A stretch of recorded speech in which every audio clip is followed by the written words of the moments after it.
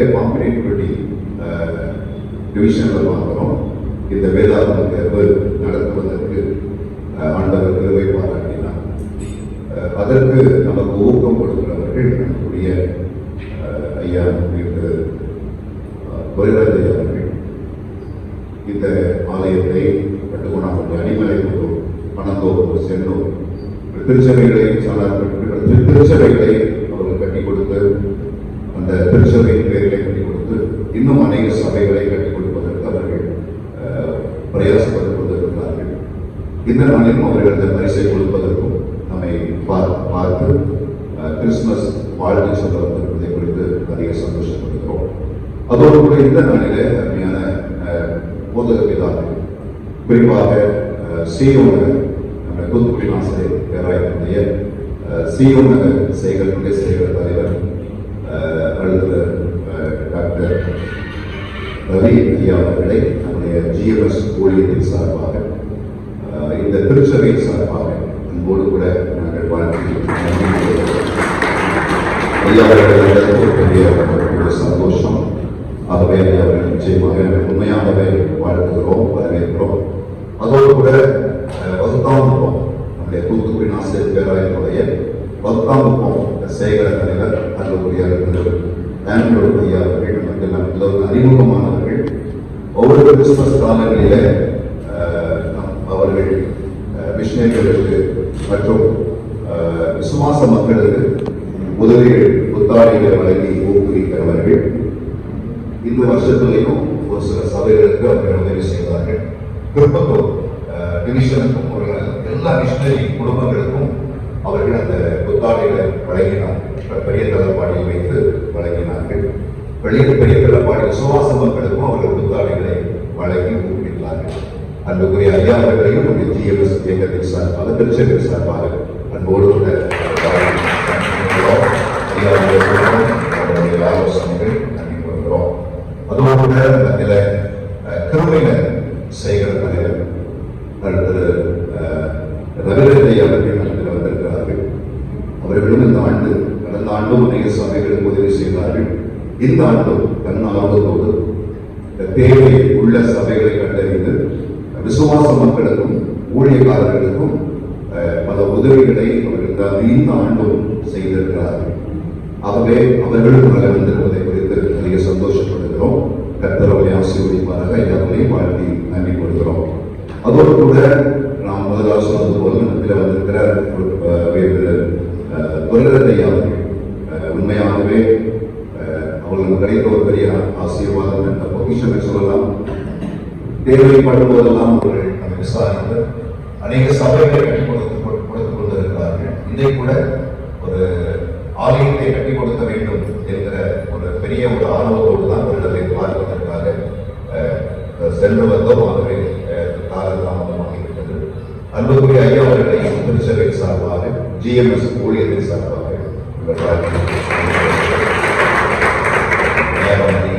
அதுவே நம்முடைய டாக்டர் ரவி ஐயா அவர்களிடம் கொடுக்கிறோம். நம்முடைய வாழ்க்கையை பகிர்ந்து கொள்வார்கள். தொடர்ந்து நாம் பரிசுகளை பெற்று நம் உணவு ஆயிரம் மாற்றப்பட்டிருக்கிறது. நீங்கள் உண்டு சந்தோஷமாய் செல்லும்படி அன்போடு கேட்டுக்கொள்கிறோம்.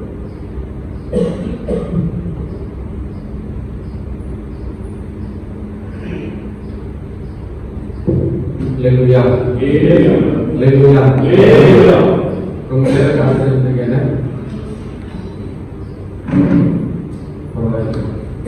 ஆண்டவருடைய ஊழியத்தை செய்கிறதால் பல நேரங்களில் எதிர்பார்க்காத விதமான சோதனைகள் துன்பப்படுத்தும். இந்த மாதிரி நிகழ்வுகள் பல நேரங்களில் நடந்து விடுகிறது. அதற்காக வருந்துகிறோம்.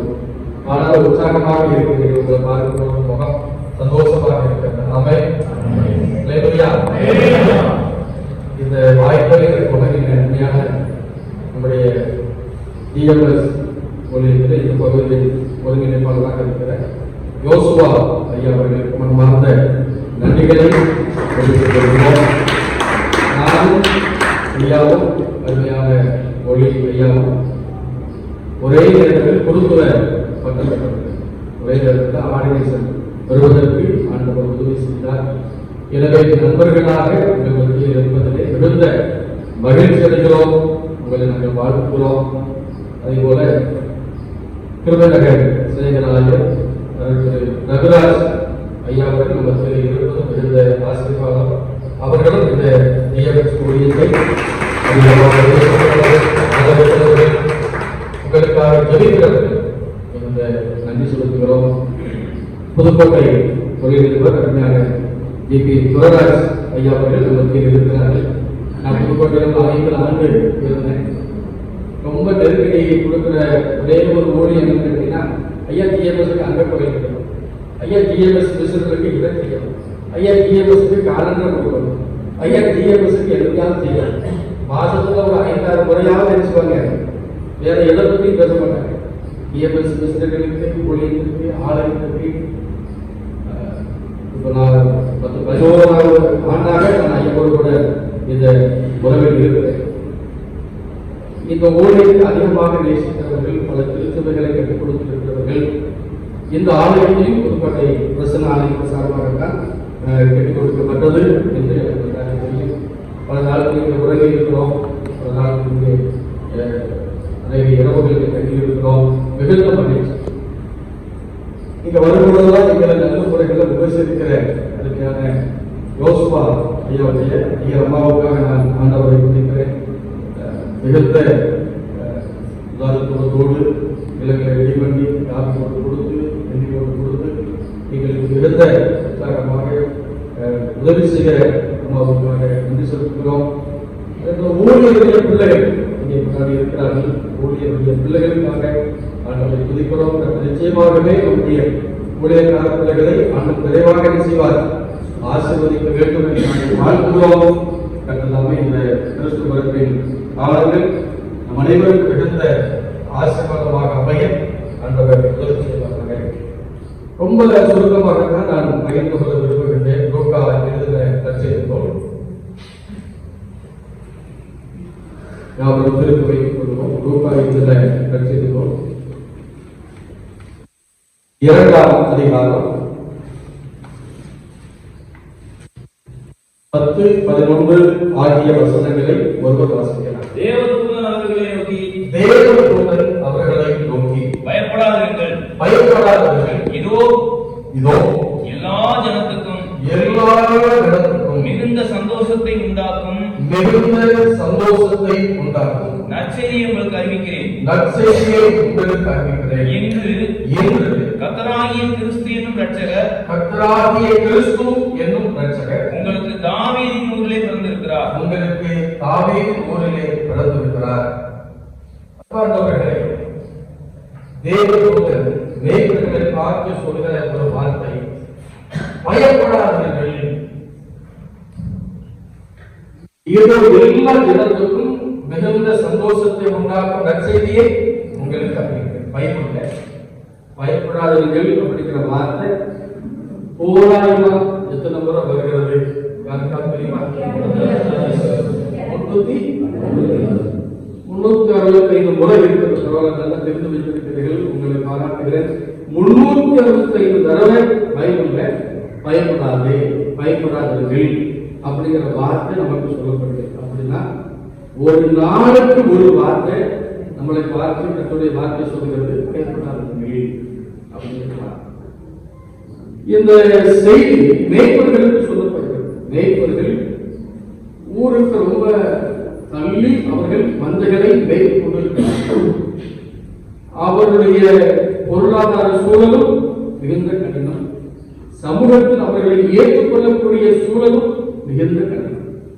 அப்படி ஒரு சமூகமாக சோசியல் அந்த ஸ்டார்டிலே அவர்கள் மிகவும் தள்ளப்பட்டவர்களாக, ஒரு மாண்புக்குரியவர்களாக கருதப்படாத ஒரு காலம்.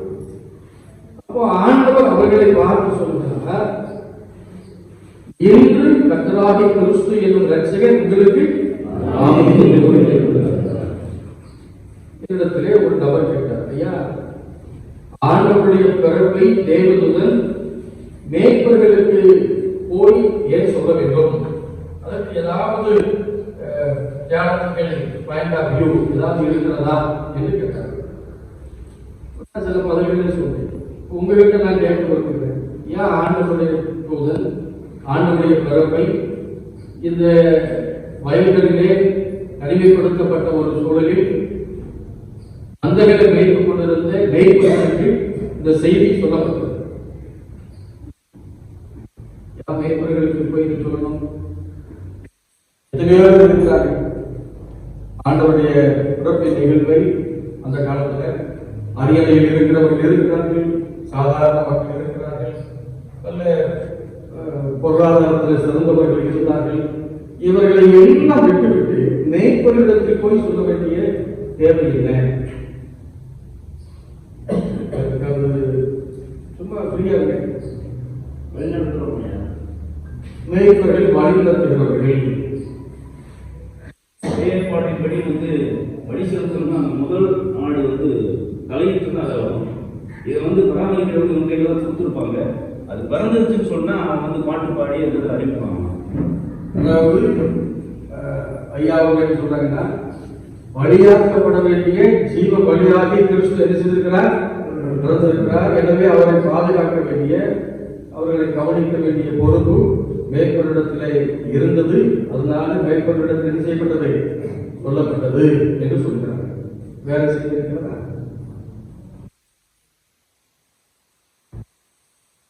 நானே நல்ல மேய்ப்பன் என்று சொல்கிற நல்லாரி பிறந்திருக்கிறார். அல்லேலூயா. மேய்ப்பர்கள் அப்படின்னா நாம நினைக்கிற மாதிரி கிடையாது. ஹீப்ரு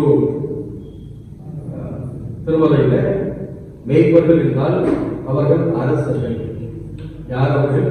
அரசர்கள்.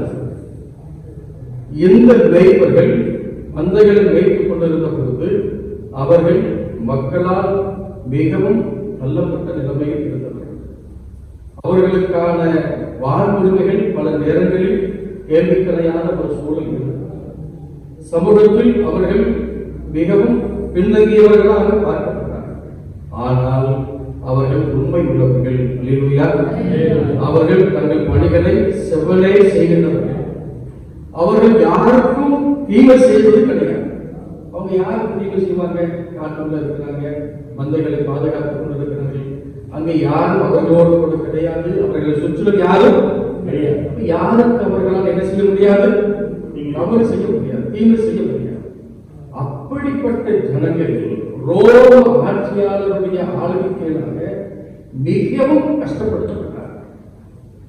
எனவேதான் தேவ தூதருடைய வார்த்தை மேய்ப்பர்களை பார்த்து வருகிறது, பயப்படாதீர்கள், இனி உங்களை ஒடுக்குவார் யாரும் இல்லை, இனி உங்களை ஒரு பொருட்காக கவனிப்பார் என்று உங்களை வழிநடத்தக்கூடிய இந்த தலைமைத்துவம் இனி உங்களுக்கு இல்லை. உங்கள் மீது கரிசனமுடைய, உங்கள் மீது அக்கறையுடைய, உங்கள் வாழ்வை பலப்படுத்த உங்களை போல ஒரு மேய்ப்பராகிய இயேசு கிறிஸ்து என்ன செய்திருக்கிறார், பிறந்திருக்கிறார். அவரை பற்றி இந்த தேவதூதர் சொல்லுகிறார், கர்த்தராகிய கிறிஸ்து. கர்த்தராகிய கிறிஸ்து. மேய்ப்பர்களுக்கு இந்த வார்த்தை பற்றி என்ன தெரியும்? கர்த்தராகிய கிறிஸ்து அப்படின்னா பழைய பாட்டில் ஆழமான சத்தியம் பதிவு. கிறிஸ்து அப்படின்னா என்ன அர்த்தம்? அபிஷேகம். கிறிஸ்து அப்படின்னா அபிஷேகம். மேசியா பழைய பாட்டில் மேசியா என்று சொல்லுவார்கள், புதிய பாட்டில் கிறிஸ்து என்று சொல்லுவார்கள். அதனுடைய பொருள் என்ன? அபிஷேகம் பண்ணப்பட்டவர் யார்? கர்த்தர் இந்த உலகத்திலே அவர்களை ராஜாக்களாக யாரை முன்மொழிக்கிறார்களோ அந்த நபர் பிறந்திருக்கிறார். அபிஷேகம் திருமறையின் பிரகாரம் 3 நபர்களுக்கு கொடுக்கப்படும். ஒன்று ராஜாக்களுக்கு, இன்னொன்று ஆசாரியர்களுக்கு, இன்னொன்று தீர்க்கதரிசிகளுக்கு. இந்த 3க்கு அபிஷேகம். அதுல இந்த கிறிஸ்து அப்படிங்கிற வார்த்தை, கர்த்தர் அப்படிங்கிற வார்த்தை, மை லார்ட், மை கிரைஸ்ட், என்னை ஆளுகை செய்கிறவரே, என்னை இந்த உலகத்தில் ஆசீர்வதிக்க பிறந்திருக்கிறவரே அப்படிங்கிற ஒரு பொருள். பல நேரங்களில் இந்த கிறிஸ்துவர்களுடைய பண்டிகை நம்முடைய வாழ்வில் ஒரு இனம் முடியாத சந்தோஷத்தை, இனம் முடியாத ஒரு மகிழ்ச்சியை, இனம் முடியாத ஒரு கொண்டாட்டத்தை நம்முடைய வாழ்வில் அது தந்துவிடுகிறது. அதற்கு காரணம் என்னவென்றால், ஒன்று, இந்த உலகத்தில் நம்மை அச்சுறுத்துகிற எல்லாவற்றிலிருந்தும் நம்மை விடுதலையாக்கக்கூடிய ஒரு ராஜா பிறந்திருக்கிறார். அல்லேலூயா. நாம ஒவ்வொரு நாளும் அநேக காரியங்களை குறித்து கலந்துக்கிறோம். வியாதியை குறித்து கலந்துக்கிறோம், பேரழிவுகளை குறித்து கலந்துக்கிறோம், இந்த உலகத்தில் பொருளாதார நெருக்கடிகளை குறித்து கலந்துக்கிறோம், பிள்ளைகளுடைய வருங்கால வாழ்க்கையை நம்பிக்கை இல்லாத சூழலை குறித்து கலந்துகிறோம். அப்படிப்பட்ட சூழலில் வாழ்ந்து கொண்டிருக்கிற உங்களையும் என்னையை பார்த்து ஆண்டவருடைய வார்த்தை சொல்கிறது, பயப்படாதிருங்கள், இன்று கர்த்தராகிய கிறிஸ்து என்ற ரட்சகர் உங்களுக்கு ஆதியில் கூடி பிறந்திருக்கிறார். அவர் கர்த்தர், அவர் கிறிஸ்து. பிறக்கிற இடம் எது? தாவீதின் ஊரில் ஏன் பிறக்க வேண்டும்? ஈசாயின் அடிமரத்திலிருந்து ஒரு குளிர், அந்த குளிர் போகும் பொழுது பயப்படுத்துவார் இல்லாமல் அவனும் தந்தன் அஸ்தி மரத்தின் கீழாக சமாதானத்தோடு மகிழ்ச்சியோடு வாழக்கூடிய ஒரு சூழல் என்ன செய்யும்? உருவாகும். இந்த உலகத்தில் இன்னும் நம்மை அச்சுறுத்துகிற ஏராளமான நிகழ்வுகள் நடந்து கொண்டே இருக்கிறது. சமயம் சார்ந்து, பொருளாதாரம் சார்ந்து, பிள்ளைகளுடைய வருங்கால நம்பிக்கை சார்ந்து மக்கள் ஏராளமான அச்சத்தோடு கூட இருக்கிறார். அப்ப கிறிஸ்துவின் செய்தி நமக்கு தருகிற முதல் நம்பிக்கை நாம எதை குறித்து பயப்பட வேண்டிய அவசியம் இல்லை. ஏனென்றால் மேசியாவாகிய கிறிஸ்து என்ன செய்திருக்கிறார்? நமக்காக தரப்பட்டிருக்கிறார். நம்மை வாழ வைக்கிற தெய்வம், நம்மை ஆசீர்வதிக்கிற தெய்வம், பாவத்திலிருந்தும் சாபத்திலிருந்தும் இந்த உலகத்தில் இருக்கிற எல்லா நெருக்கடிகளிலிருந்தும் நம்மை உயர்த்தி நம்மை அழகு பார்க்கிற ஒரு மேசியாவாகிய கிறிஸ்து பிறந்திருக்கிறார். எனவே நாம் என்ன செய்யக்கூடாது? உலகத்தில் இருக்கிற சின்ன சின்ன காரியங்களுக்காக நாம் என்ன செய்வதில்லை, பயப்பட வேண்டியதில்லை. எனவே பயப்படாது. இரண்டாவதாக தேவதூதர்கள் சொல்கிறார்கள், அந்த ஸ்தலமே பரமசேனையின் திரள், அந்த தூதர்களை போற்றி உன்னதத்தில் இருக்கிற தேவனுக்கு மகிமை, பூமியிலே சமாதானம், மனுஷனே கிறிஸ்துவின் பிறப்பு நமக்கு கற்றுத்தருகிற அடுத்த செய்தி வந்தால் நம்ம ஆண்டவரை மகிமைப்படுத்த நம்ம ஊழியம் செய்கிறோம், விசுவாசிகளாக இருக்கிறோம், குடும்பமாக கத்திருக்கிற ஓடி உழைக்கிறோம். இந்த உழைக்கிற உழைப்பு நம்முடைய வாழ்வில் நிச்சயமான ஒரு ஆசீர்வாதத்தை நம்முடைய குடும்பத்திலே தேவன் நன்மையானதை வேதத்தில் நம்ம படிக்கிறோம். ஒருவன் எனக்கு ஊழியம் செய்தால் அவனை உதாவானவர். இன்னைக்கு நம்முடைய குடும்பங்கள், நம்முடைய பிள்ளைகள் வருங்காலத்தில் ஆசீர்வதிக்கப்பட்டிருக்கிறார். கொஞ்சம் சொற்ப வருமானத்தில் நாம் இருக்கிறோம். ஆனால் ஒன்று ஆண்டவர் நம்முடைய வாழ்க்கை குறைவுகளாக என்ன செய்ய மாட்டார், வைக்க. நம்முடைய வாழ்க்கை முதலாவது கிறிஸ்துவின் மூலமாக நம்ம கற்றுக்கொள்ள வேண்டிய அடுத்த செய்தி என்னவென்றால், என்னுடைய வாழ்க்கை தேவனுக்கு மகிமையாக இருக்கிறது. நான் நிற்பதும் நிர்மூலமாக இருப்பதும் தேவனை சுத்த கிருபை என்பதை நான் உணர்ந்து கொண்டு, நான் பேசுகிற பேச்சு, நான் செய்கிற ஊழியம், நான் ஆற்றுகிற அருளை, என்னுடைய ஜெபம் அனைத்தும் மக்களுக்கு பிரியமாக, மக்களுக்கு ஆசீர்வாதமாக, மக்களை ஆண்டவரை திருப்புகின்ற ஒன்றாக, தேவன் நாமத்தை மகிமைப்படுத்தக்கூடியதாக என்ன செய்ய வேண்டும்? கிறிஸ்துவ பிறப்பு நம்மை ஆண்டவரை மகிமைப்படுத்த ஒன்று உங்கள் அச்சத்தை உங்களை விட்டு மாற்றுகிறது. இரண்டாவது, நீங்கள் தேவனை மகிமைப்படுத்த கிறிஸ்துவின் பிறப்பு உங்களை அழைக்கிறது. மூன்றாவதாக அங்கே சொல்லப்படுகிற வார்த்தை பூமியிலே சமாதானம். சமாதானம். இந்த உலகத்தில் சமாதானம் எல்லாரும் அச்ச உணர்வோடு, கவலைகளோடு, கலக்கத்தோடு வாழ்கிறார். இன்னைக்கு உலக யுத்தம் வரும்னு யாருக்கு செய்யாது. வேறு ஜப்பான்ல போன வாரத்துல 2 முறை நிலநடுக்கம் இருக்கிறது. சுனாமி எச்சரிக்கை விடப்பட்டிருக்கிறது.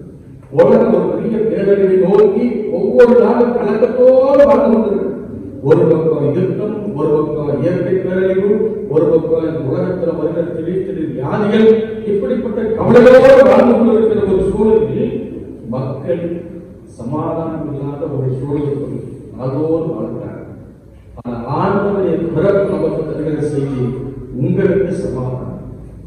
நீங்கள் தனிமைப்படுத்தப்பட்டிருக்கலாம், நீங்கள் ஓரம் கட்டப்பட்டிருக்கலாம், உங்களுடைய வாழ்க்கையில பொருளாதாரத்தில் மிகுந்த குறைவானவர்களாக நீங்கள் இருக்கலாம், உங்களுடைய வாழ்க்கை பல நேரங்களில் கடினப்பாடுகளை சந்தித்து கொண்டிருக்கலாம். ஆண்டவர் சொல்கிறார், உங்களுக்கு சமாதானத்தை கொடுக்கக்கூடிய மேசியாவாகி கிறிஸ்து இருக்கிறார், அவர் பிறந்திருக்கிறார். எனவே நீங்கள் இது உலக காரியங்களை குறித்து நீங்கள் கவலைப்பட வேண்டிய தேவையில்லை.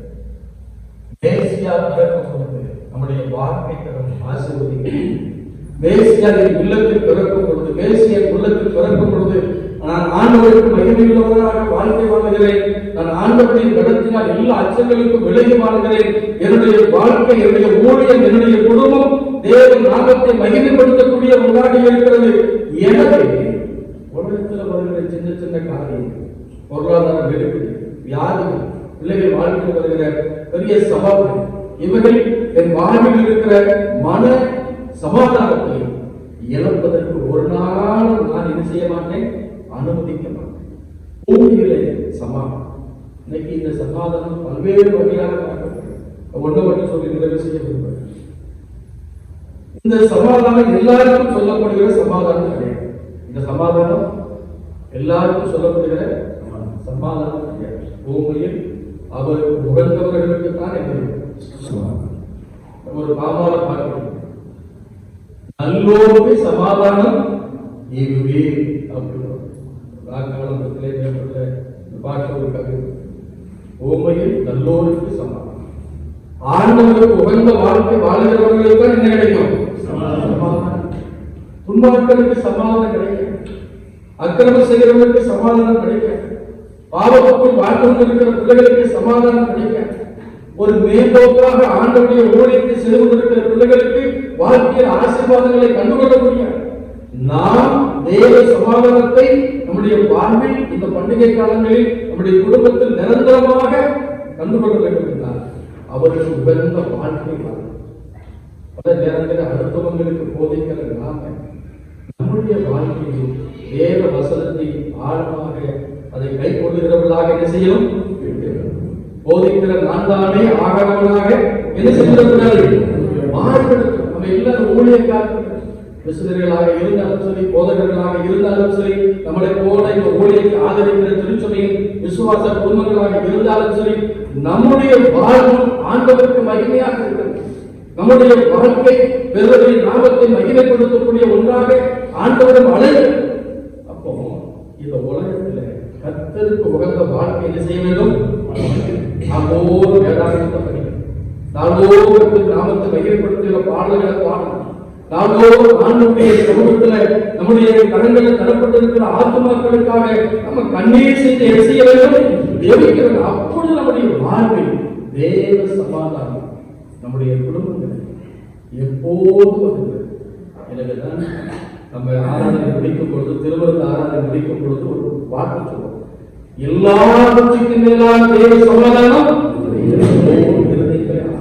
எல்லாவற்றுக்கும் மேலான சமாதானம். பொருளாதாரத்தை தடுக்க முடியாது, வியாபாரத்தை சமாதானத்தை தடுக்க முடியாது, இந்த உலகத்தில் இருக்கிற பகைகள் அந்த சமாதானத்தை தடுக்க முடியாது. ஏனென்றால் கர்த்தர் நம்மோடு கூட இருக்கிறார். இம்மானுவேலாகிய ஆண்டவர் நம்ம ஒருவராக அவர் வாழ்ந்து கொண்டிருக்கிறார். எனவே இந்த கிறிஸ்துவின் பிறப்பு உங்களுக்கு ஆசீர்வாதத்தை தரும். இந்த கிறிஸ்துவின் பிறப்பு உங்கள் வாழ்வின் நன்மைகளை கண்டுகொள்ளக்கூடிய ஒரு பிறப்பு. 3 காரியங்களை நான் உங்களுக்கு சொல்லியிருக்கிறேன். ஒன்று, இந்த உலகத்தில் இருக்கிற சூழலை பார்த்து நாம் என்ன செய்யக்கூடாது? எந்த சூழலிலும் ஆண்டவருடைய வார்த்தை 365 முறை பைபிளில் சொல்லப்பட்டிருக்கிற என்ன செய்யாத இதை குறித்து கவலைப்படாத ஆண்டவர் சமூகத்தில் நம்முடைய சொல்ல. இரண்டாவது, என் வாழ்க்கை தேவனுக்கு மகிமையாக என்ன செய்யணும்? நம்முடைய பாடல்கள், நம்முடைய அருள்கள், நம்முடைய ஊழியங்கள் கர்த்தரிடத்தில் நம்முடைய ஜனங்களை கொண்டு வரக்கூடிய ஒன்றாக என்ன செய்ய வேண்டும்?